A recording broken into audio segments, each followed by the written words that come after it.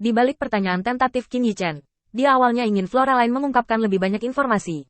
Tetapi tanpa diduga, jawaban Floraline membuat Qin Yichen tercengang.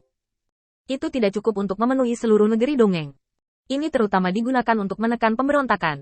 Benda ini terlalu banyak sumber daya. Jawaban yang jujur seperti itu membuat Qin Yichen tidak tahu bagaimana menjawab kalimat ini. Tanpa daya menggelengkan kepalanya. Kamu jujur, apa ada yang salah denganmu? Jelas, Qin Yichen tidak tahu bagaimana menanggapi jawaban Floraline sekarang. Itu terlalu jujur dan tidak dapat diterima. Sebaliknya, Floraline terlihat nyaman. Bukan apa-apa, bagaimanapun juga, kamu telah membiarkan aku melihat kemahmu. Setidaknya adil untuk memberitahumu itu. Qin Yichen membantu dahinya tanpa daya. Apakah ini adil? Keadilan macam apa ini? Dan bagaimana mungkin memperhatikan hal-hal seperti keadilan dalam perang antara pasukan besar? Bahkan jika Anda benar-benar ingin mengejar keadilan, mengapa Anda tidak membawa saya berkeliling ke semua tempat di Mahkamah Agung di mana para utusan Tuhan diatur? Floraline tidak mengenal jiu-jiu kecil di hati Qin Yichen saat ini. Atau ajak Qin Yichen untuk berjalan perlahan di area ini. Jika Anda mengubah tempat, mengubah lingkungan, mungkin itu akan menjadi pesta pribadi yang manis. Tapi sekarang, di lingkungan seperti itu, Qin Yichen jelas tidak memiliki pikiran yang santai. Dan bahkan jika dia mundur 10.000 langkah, Qin Yichen lebih suka membawa Matt, si bongkahan besi, ke hutan, daripada sendirian dengan Floraline. Tuhan tahu apakah dia akan bertindak tiba-tiba, jika dia akan menyebabkan sesuatu. Qin Yichen berpura-pura tenang, mengambil napas dalam-dalam, dan mencari di tempat lain untuk observasi. Di kamp ini, tidak ada keberadaan luar biasa lainnya. Satu-satunya hal yang menonjol adalah orang-orang yang tinggal di sini. Mereka semua adalah malaikat. Dan para dewa, setidaknya pada tingkat satria. Tidak heran metode penyembunyian ini tidak umum digunakan. Kecuali kebutuhan untuk menyembunyikan utusan ilahi ini pada malam pertempuran dengan kekuatan besar seperti kota pemurnian Beiyun. Benar-benar tidak ada kebutuhan besar. Dengan tim yang terdiri dari orang-orang setingkat satria, pukul saja semuanya dan selesai. Hanya kota pemurnian Beiyun yang masih memiliki status sekecil itu, dan bisa mendapatkan perlakuan sopan dari Mahkamah Agung. Setelah perkiraan kasar, Qin Yichen yakin bahwa tidak banyak orang di sini, sekitar 50.000. Mempertimbangkan kemungkinan penyergapan di tempat lain, jumlah utusan ilahi yang dikirim oleh Mahkamah Agung harus sekitar 100.000. Sejauh menyangkut jumlah ini, itu bukan lagi yang bisa ditangani oleh kuil penguasa cahaya Qin Yichen. Bagaimanapun, lebih dari setengah dari 40.000 orang yang dibawa oleh Qin Yichen hanya dekat dengan kekuatan ksatria. Orang-orang ini tidak memiliki banyak kekuatan tempur di depan ksatria sejati. Bagus untuk bisa melindungi diri sendiri. Qin Yichen diam-diam bersukacita karena dia telah menemukan Beiyun Liancheng, kambing hitam yang memblokir pistol. Jika ini secara langsung bertentangan dengan Mahkamah Agung, Qin Yichen dapat memastikan bahwa kuil penguasa cahaya akan dihancurkan dalam waktu 3 hari. Bahkan mempertimbangkan wilayah bintang Changlan, itu mungkin tidak dapat bertahan selama 5 hari. Ini adalah kekuatan mutlak Mahkamah Agung di alam abadi. Bahkan jika hal besar seperti itu terjadi di wilayah bintang Huotu, Mahkamah Agung masih memiliki kekuatan untuk menyelesaikan masalah internal, yang sudah merupakan manifestasi dari kekuatan mereka.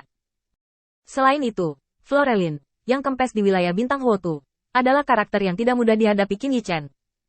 Dilihat dari korban jiwa di kubu Floraline, sepertinya kerugian Floraline kali ini tidak banyak, pasti tidak lebih dari beberapa ratus orang. Kesalahan kecil, semacam itu dapat membuat Mahkamah Agung menghapus Floraline, yang cukup untuk menunjukkan bahwa ada lebih banyak pilihan dan pilihan yang lebih baik di tangan Mahkamah Agung. Karena Mahkamah Agung memiliki kekuatan seperti itu adalah pilihan paling bijaksana untuk menahan pengembangan kuil penguasa cahaya sekarang. Karena masa depan kuil Lord Cahaya jauh lebih baik daripada Mahkamah Agung. Orang-orang percaya ini, yang bisa membayangkan bahwa 5 tahun yang lalu, mereka hanya berada di bawah wilayah Ares, Dewa Perang, tanpa nilai dan signifikansi apapun, dan hanya bisa menjadi manusia fana yang menjadi penganut Ares, Dewa Perang. Dan bisa memiliki tingkat kekuatan ksatria yang dekat. Ini hanya 5 tahun lagi. Bahkan jika melintasi rintangan seorang ksatria sesulit pergi ke langit, maka tunggu 5 tahun lagi. 5 tahun tidak cukup, lalu 50 tahun, 500 tahun. Bahkan jika butuh 500 tahun bagi orang-orang percaya ini untuk melangkah ke ranah ksatria, mereka adalah kekuatan yang tidak bisa diabaikan di negeri dongeng. Jumlah orang percaya di kuil Tuhan telah melebihi 1 juta. Bahkan jika 1/10 dari orang-orang menerobos ke tingkat ksatria, itu masih akan menjadi 100.000 ksatria. Sudah cukup untuk bersaing dengan Mahkamah Agung. Dan 500 tahun. Untuk Mahkamah Agung. Hanya sekejap mata. Hanya sesaat. Kuil penguasa cahaya dapat perlahan-lahan dikonsumsi dengan Mahkamah Agung. Floraline, yang berada di samping, melihat Qin Yichen berhenti di sini. Matanya beralih ke para dewa di kejauhan. dan cahaya di matanya berangsur-angsur menjadi lebih terang. Dia sebenarnya sedikit gila. Orang seperti itu yang telah berperang melawan Mahkamah Agung dan membuktikan bahwa kekuatannya tidak buruk dengan catatannya. Sekarang, lihat matanya lagi. Fokus, khusyuk, dan dengan napas yang kuat. Tidak ada yang lebih menggoda dari ini. Florelin tiba-tiba meraih lengan Qin Yichen dan mengambil langkah ke sisi jalan. Kesadaran Qin Yichen langsung menyelimuti dirinya, dan setelah beberapa saat, dia takut bangkit dari lubuk hatinya. Apa yang kamu lakukan? Ini adalah kam Mahkamah Agung. Jika seseorang mengenali identitasnya, dia pasti harus menghabiskan banyak waktu. Jika seseorang diserang, konsekuensinya bahkan lebih tak terbayangkan. Keduanya berhenti di depan Qin Yichen. Tiba-tiba, semangat Qin Yichen tegang, dan pikiran yang tak terhitung melintas di benaknya. Kesadarannya telah mengunci mereka berdua dengan kuat. Selama pihak lain membuat sedikit gerakan, dia akan melakukannya tanpa ragu. Ada terlalu banyak orang di sini, dan Qin Yichen telah melihat beberapa dari mereka sebelumnya.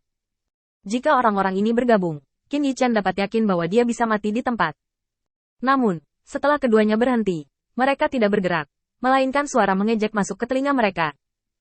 Florelin, saya mendengar bahwa Anda layu di wilayah Bintang Huotu dan didorong kembali oleh pengadilan Tuhan. Jangan katakan itu, dia pasti melakukannya dengan sengaja. Bukankah ini untuk kencan dengan anjing serigala kecilnya? Lihat aura anjing serigala kecil ini, betapa kuatnya, menyeringai, dan akan menggigit. Mendengar ini, Qin Yichen tiba-tiba tersadar. Dua orang yang berdiri di depannya ingin menyusahkan Florelin, bukan dia. Meskipun kata-kata di depan mereka, dan tindakan yang tidak mereka ambil dalam hati, telah membuktikan bahwa mereka tidak datang untuk diri mereka sendiri. Tapi Qin Yichen masih berhati-hati dan waspada terhadap keduanya. Florin tiba-tiba mengangkat kepalanya dan menatap dua orang di depannya.